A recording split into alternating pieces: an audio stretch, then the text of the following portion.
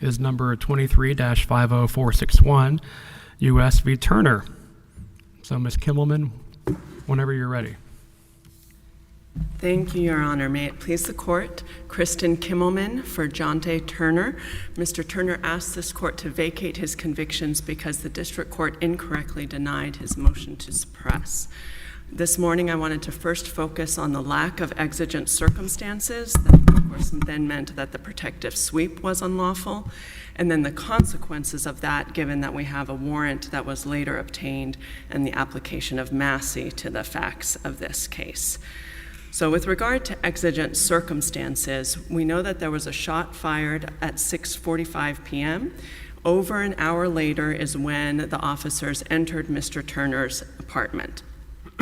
And in that intervening time, Mr. Officer Bonenberger, who was the first officer on the scene at the apartment hallway and area, learned a lot. He learned that the neighbor heard the commotion and people leaving the apartment where she thought the bullet came from at 6:50, and it was her Ring doorbell that captured the movement on that of people leaving, although there was no video. And she had not heard any noise coming from that apartment since 6:50. When Officer Bonenberger arrived at 7:23, he first spoke with the neighbor, and then he went over to knock on the apartment where Mr. Turner lived, apartment 2204. He knocked several times. There was no answer. They also had an officer stationed outside of the apartment complex looking up at the windows to see if there was any light coming from the windows, at night in January, and there wasn't. So we know it was dark, there was no noise. At 7:35, Officer Bonenberger lets a different resident walk down the hallway in front of Mr. Turner's apartment, and a minute or so later he says, "I don't think anyone's in there. It's been a lot of time. They would have left already." And so that's what was the opinion that Officer Bonenberger expressed after having been on the scene for some time. He had also visited the apartment complex earlier, and all things seemed calm, although he was on the third floor at that point. But counsel, at the same time all of this is going on in your timeline, the police officers are finding out that there is a bullet hole that is coming from that apartment at the same time, and they're also being notified that in addition, that living in that apartment are three people, Mr. Turner, his girlfriend, and a 1-year-old. Is that correct? That's correct. And certainly there is information that they lived there, but there was no indication, no reasonable articulable fact that supported that they were in the apartment at that time. Of course, Mr. Turner was talking with police outside on a bench outside the apartment, and there was nothing to indicate that his girlfriend or the child were in the apartment at that time. When Sergeant Roberts arrives at the scene, he eventually makes it up to the hallway and decides that the other apartments around apartment 2204 needed to be cleared. So that clearing took place, a lot more knocking and commotion, but again, still no noise or anything coming from apartment 2204. And then it's around 7:50 when Officer Bonenberger calls Detective Korn, who again is not on site, and relays some information, and Sergeant Roberts also contributes to that conversation, and they make the case that we need to go into the apartment to see who else might be there. I think Officer Bonenberger actually says, "We don't know who else is in the apartment. Do we need a warrant, or can we go in for the protective sweep?" And Detective Korn, with the limited information that he was given from the officers on the scene, says, "You can do a protective sweep to secure the area, and then we can see about a warrant." And this is after the other apartments have been cleared, correct? Correct. So that clearing of the apartments is a pretty good indication that the police believed there were exigent circumstances. Again, it's an objective consideration, not a subjective. So Sergeant Roberts certainly seemed to have that opinion, and he's the one who gave the order for the apartments next door to be cleared. But that also adds to the security of the situation, because the bystanders are removed.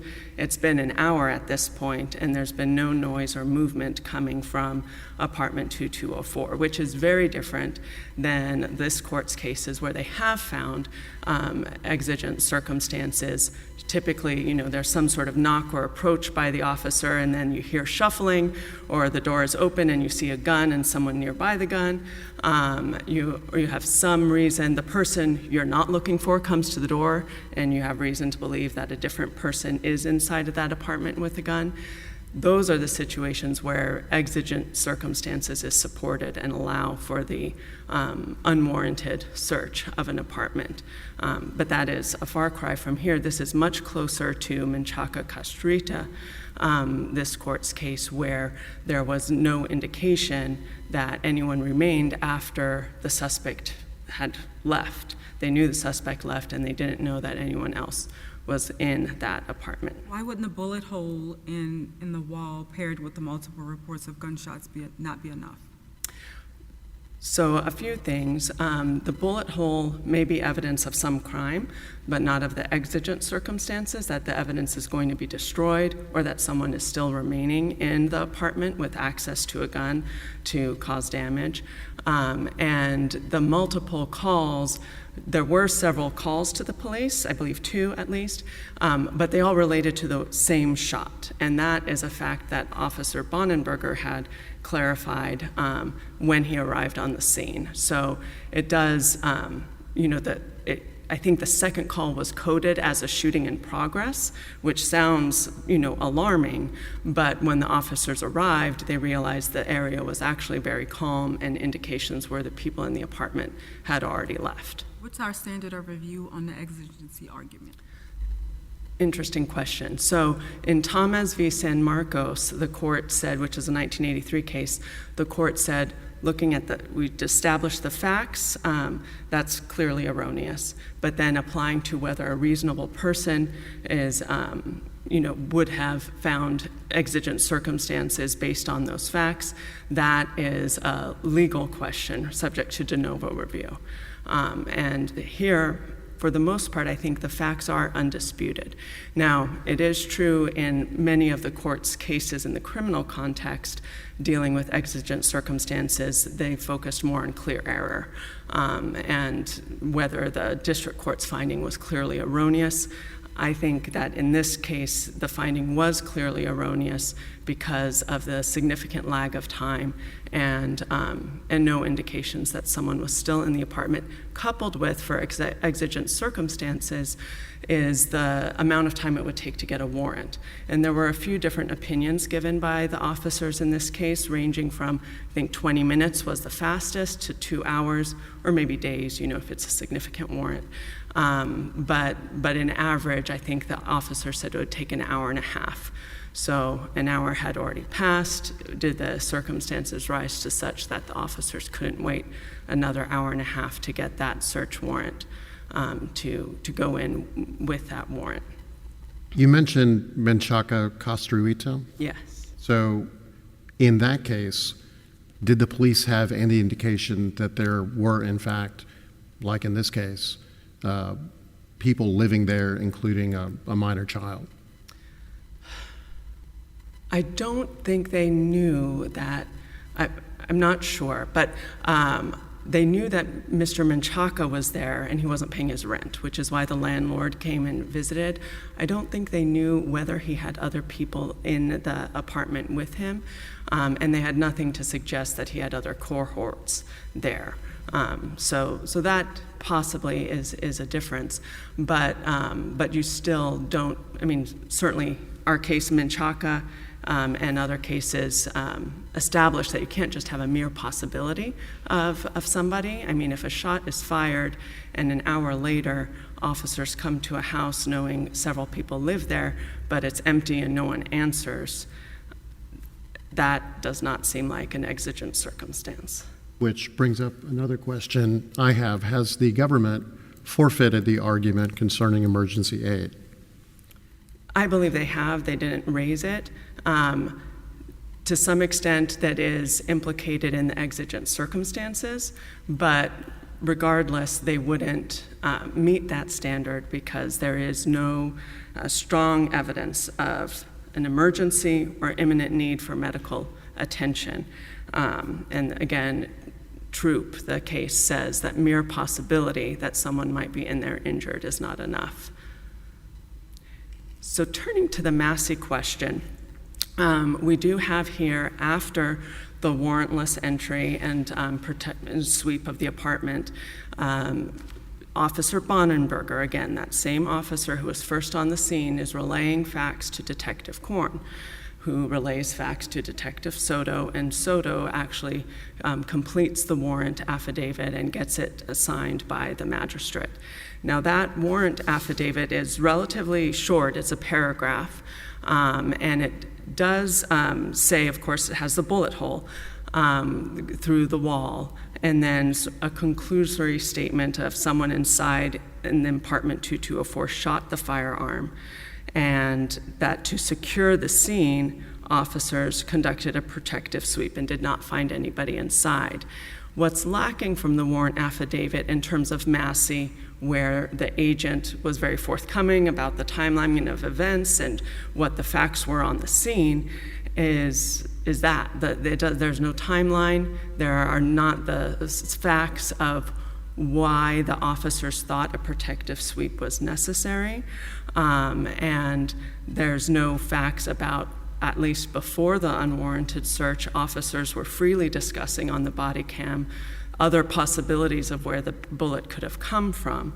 And so this short warrant lacks that good faith frankness about the facts that would allow a magistrate judge to determine whether or not there was an unlawful search. Sort of skipped ahead to that second question. There are two prongs, actually, that the government must show in order for fruits of unlawful search to be admitted because of the warrant. And they have to show both of them for the evidence to be admitted. The first one is that the first unlawful search was close to the line of constitutional validity. The second one is that the search warrant was sought and executed in good faith. And so, of course, our argument on the not close to the line of constitutional validity is that this situation is very different from the court's cases where they have found exigent circumstances, and Officer Bonenberger's statements that he didn't think anyone was in the apartment because they would have left. And that seems like a reasonably prudent officer on the scene making his assessment. And so if this is not close to the line of constitutional validity, then the evidence should be suppressed. If the court disagrees with that, then the court must also examine whether the search warrant was sought and executed in good faith. As I mentioned, you can go to Government Exhibit 3I is the discussion.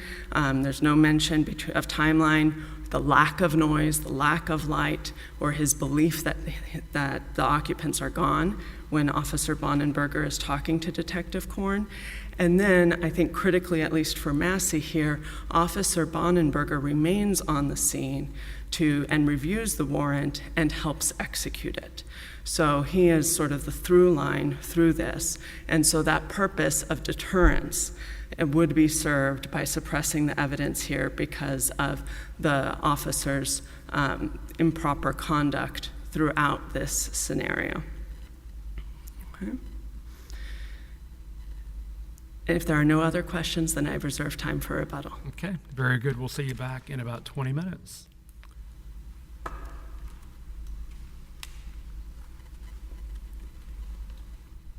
Good morning. May it please the court, Stephanie Cagniart for the United States. I will begin by discussing exigent circumstances and how the decision of the magistrate judge in the district court was not clear error, and then move on to the warrant. This court in United States versus Blount noted that a point that cannot be brushed aside, our standard of review is highly deferential. And in Blount, this court applied a clear error review to determining whether or not the district court was right in finding exigent circumstances. Judge Morales, you pointed out the key first indicator of exigent circumstances, and that was the existence of a bullet hole in a wall in a residential apartment. Now, the defendant argued in the reply brief that there aren't cases from this court where exigent circumstances are found unless officers can see or hear someone inside of the residence. But that is not the case. This court has consistently found that when there is reason to believe a firearm is present, and here there wasn't just reason, there was a bullet hole through the wall, as well as reason to believe that someone could be inside who would be aware of police presence. And here police responded to a shooting in progress. They came with their sirens blaring. What do we do with the fact, just Yes, Your Honor. the record evidence, that Officer Bonenberger said he didn't believe anybody was in the apartment? So, If he didn't believe anybody was in the apartment, then how can that be exigent?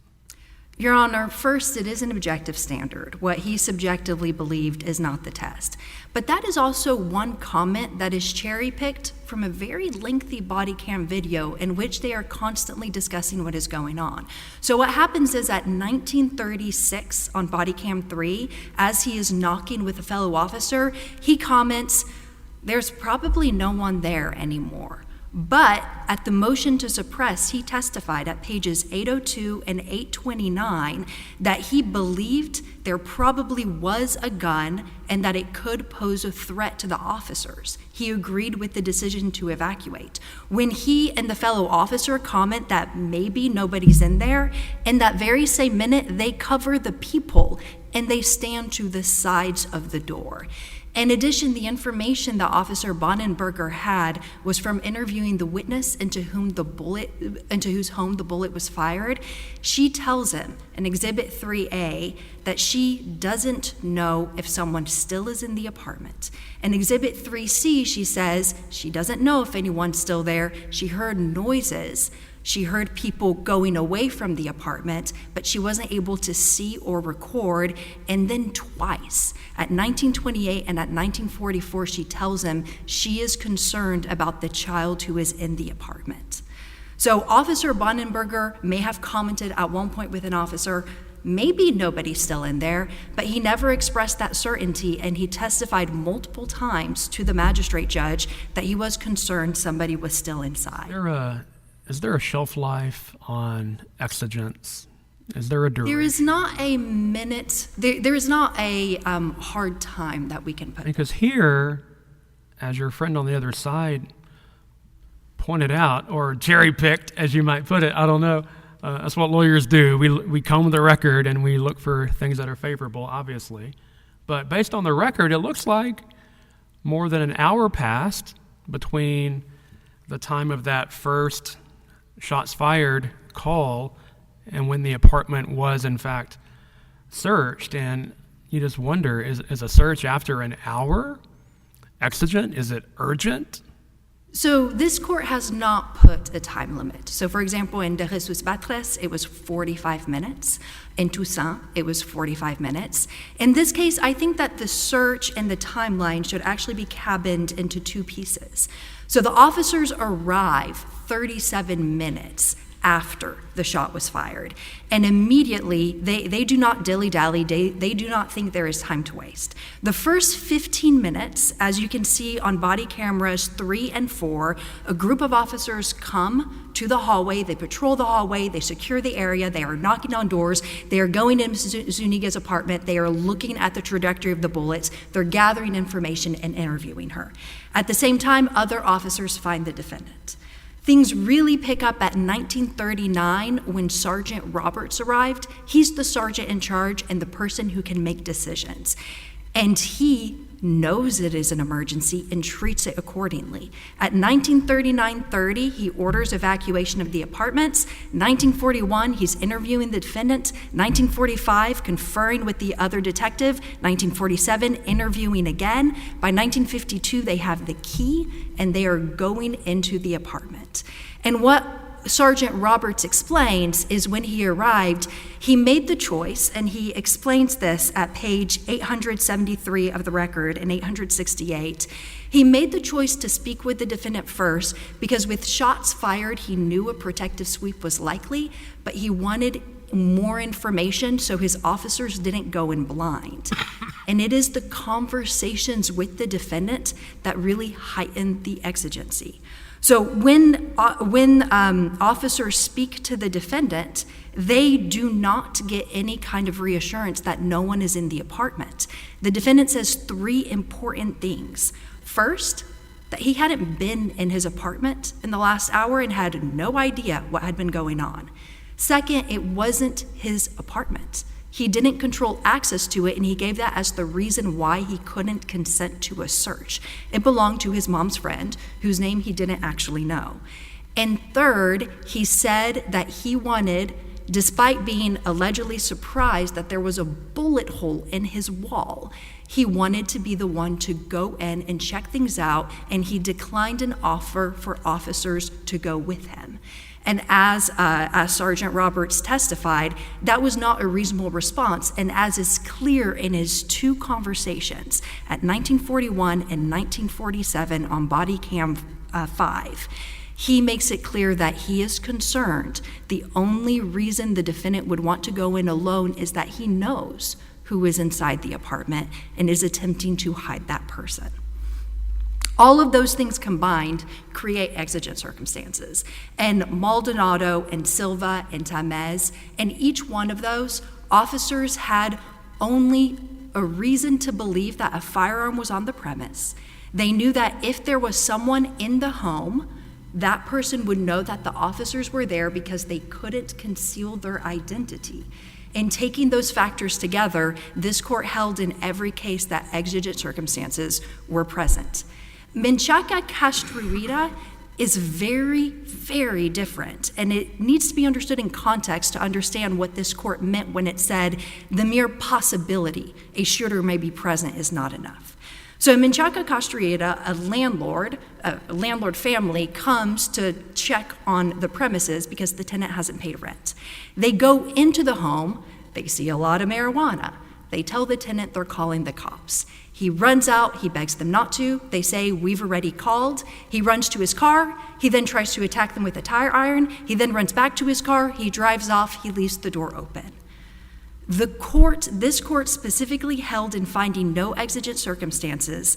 This was the unusual case where there was proof there was no firearm because he attacked with a tire iron. The defendant wasn't barricaded.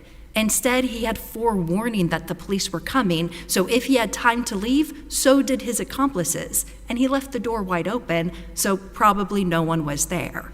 The landlords who went inside the apartment told the police there was nobody else inside.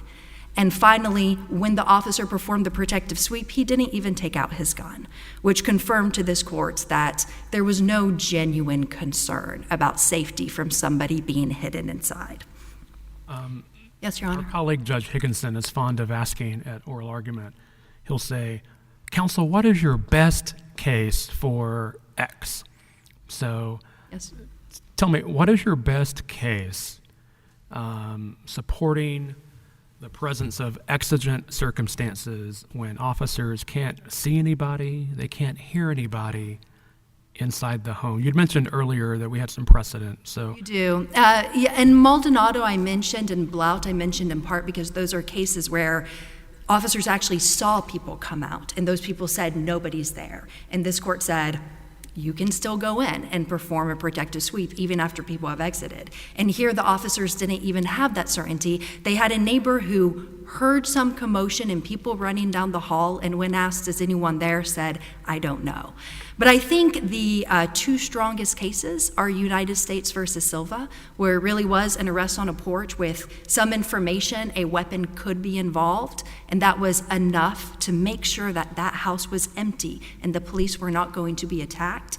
And de Jesus Batre, where police came into a home, smugglers had held undocumented immigrants hostage.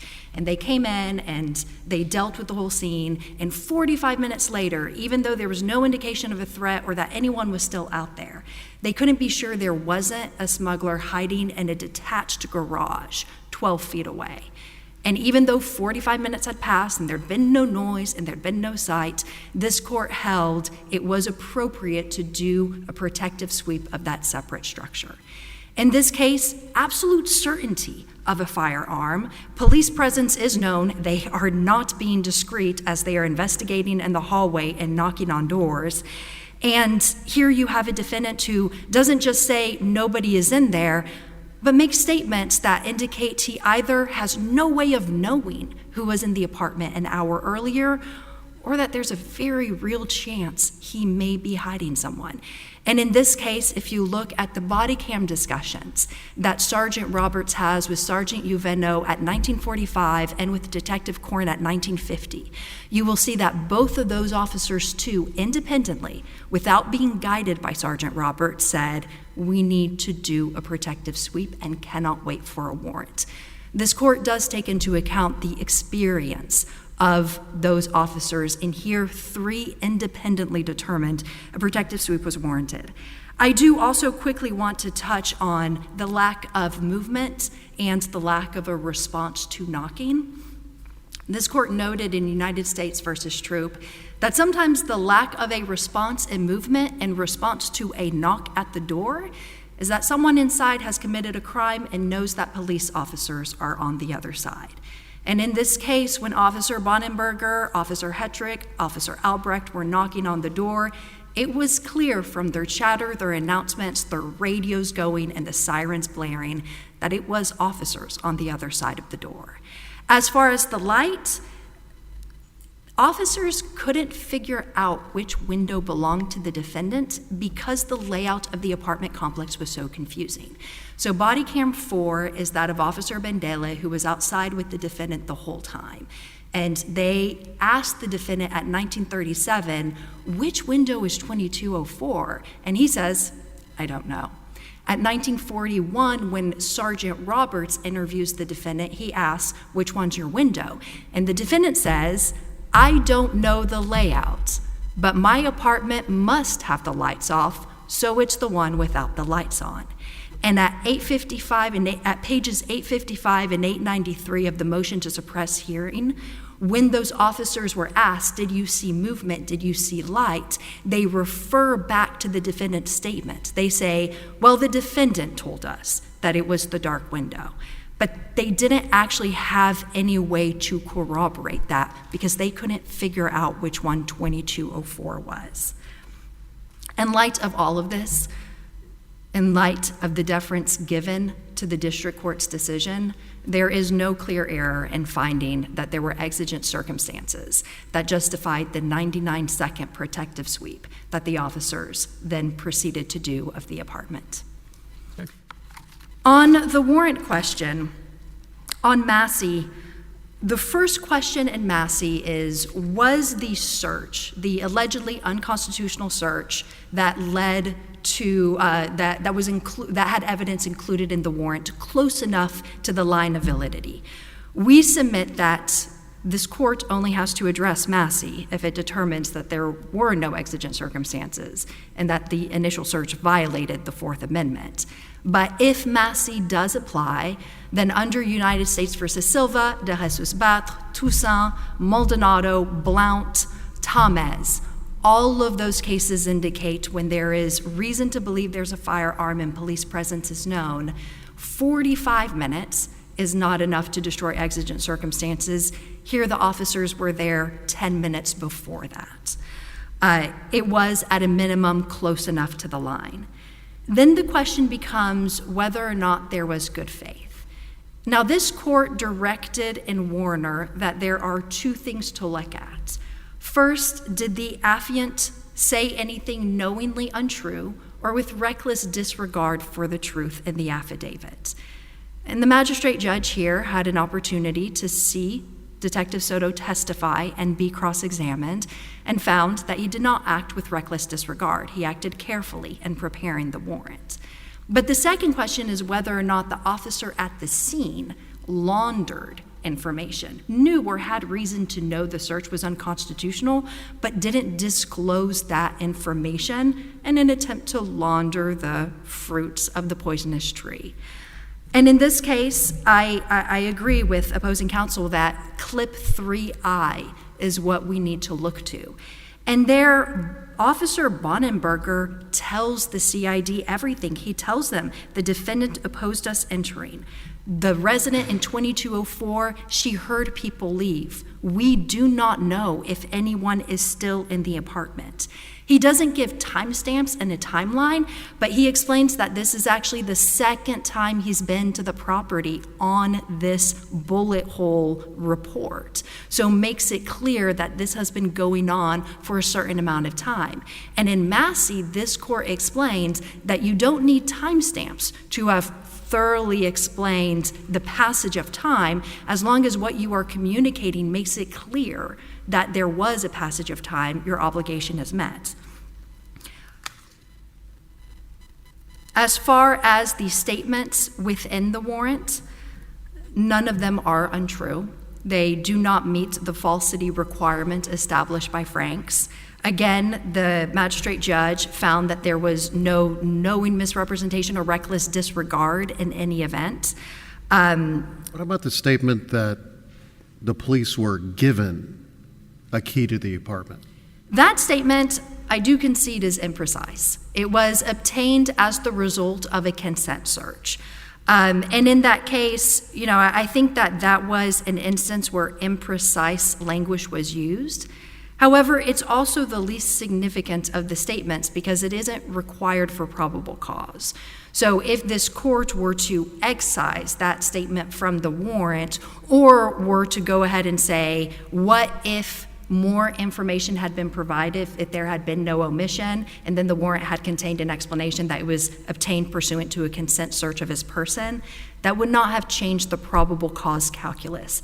And under Franks, that is the third requirement that the defendant must show. One more. Yes, Your Honor. So what about the statement that the police discovered that someone inside apartment 2204 shot a firearm? They went through the wall. What about that statement that they discovered this? So I think that was a fair account of the information in front of the officers. So at the time that they arrived, you see in Exhibit 1 and in Exhibit 3A, the witness who heard the shot, who was standing on the other side of the wall, she says, affirmatively, she is asked, you said the shot came from 2204. She says yes. And then the officers had an opportunity to examine the trajectory of the shot and determined it must have been shot just from the other side of the wall.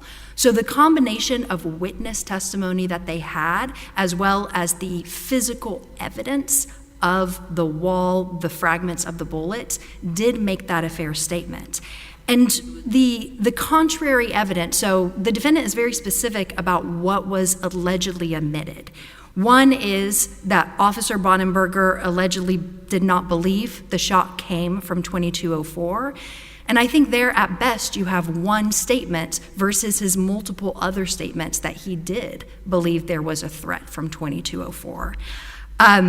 But even more importantly, the defendant focuses on the alleged contrary evidence from the woman in 2206. So this is the resident that Officer Bonenberger encounters the first time he comes to the complex. And when he talks to her, and he describes her testimony at pages 785, 86, and 818, 19 of the record, he said she didn't know what she heard. She heard a pop. It could have been a gunshot. It may have come from outside or upstairs. And then once he saw the physical evidence of the bullet hole, he knew that her tentative, it could have come from upstairs or outside, didn't match the evidence. The officers don't even really bother discussing the possibility of it coming outside because the outside wall is like this, the wall the bullet came through is like this, and the bullet goes straight across. So it didn't go up 2 floors and magically travel. But they do discuss the possibility of it having come from 2306, her thought that maybe it came from above. And they discussed this on body cam 3 at 1932, 1937, 1942. They all reject that as a possibility because the bullet was traveling and does a very shallow angle. For it to have come from 2306, it would have gone through a wall, through a ceiling, through 2 more walls, and then somehow come out going straight. Okay, And so the officers reject that in the warrant. Okay, Thank you. thank you very much. Ms. Kimmelman, you're back for 5 minutes of rebuttal. Thank you, Your Honor. One key difference in these circumstances from many of the cases the government cites is that there was a shot fired, and that happened many minutes before the government arrived. Now, why is that important? Because people thought, oh no, the police might come, we gotta leave.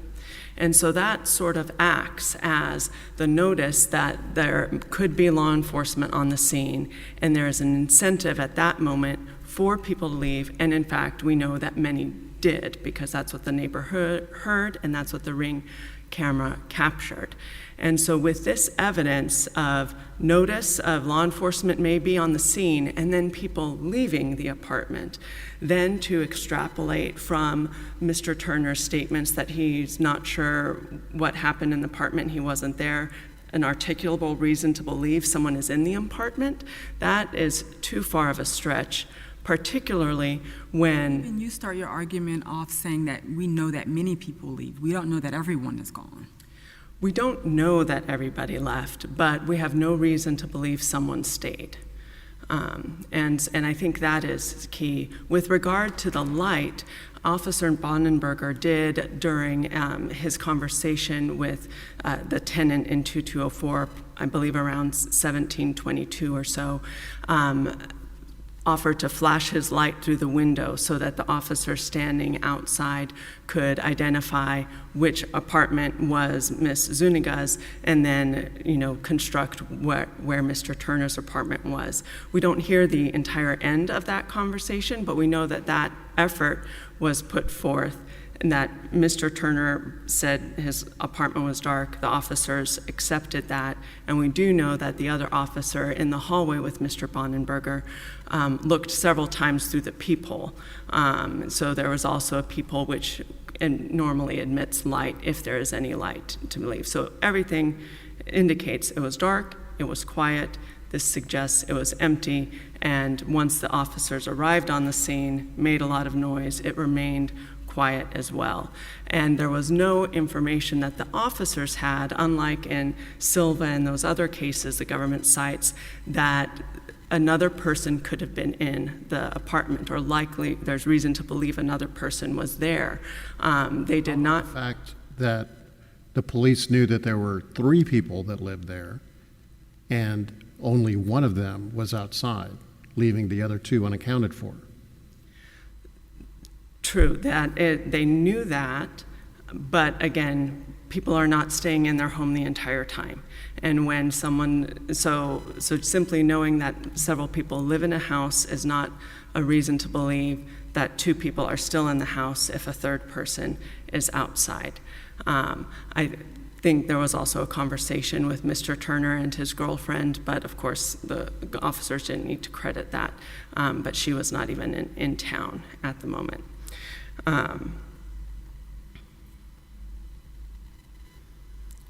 With regard to the Massey question of good faith of the search warrant affidavit, the government focuses on Detective Soto's good faith, because he was the person who who drafted the search warrant and sought it, but he did so based on the information he received from people at the scene. And I don't think Werner or Massey stand for the proposition that one law enforcement agency that's working together and relying on information collected from people at the scene then only look at the person who actually signs off on the affidavit. Otherwise, it's too much of an incentive for the officers on the scene to withhold facts so that the executing officer can then be said to have executed and testified in good faith as to the facts on the ground.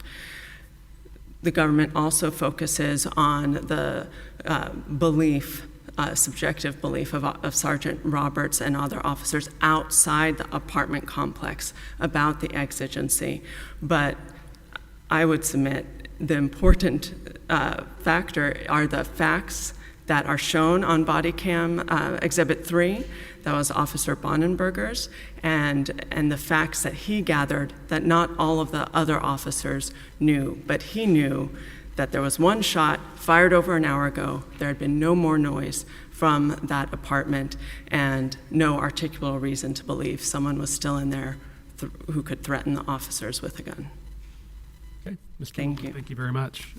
Thanks to both sides, really well argued, and the case is submitted.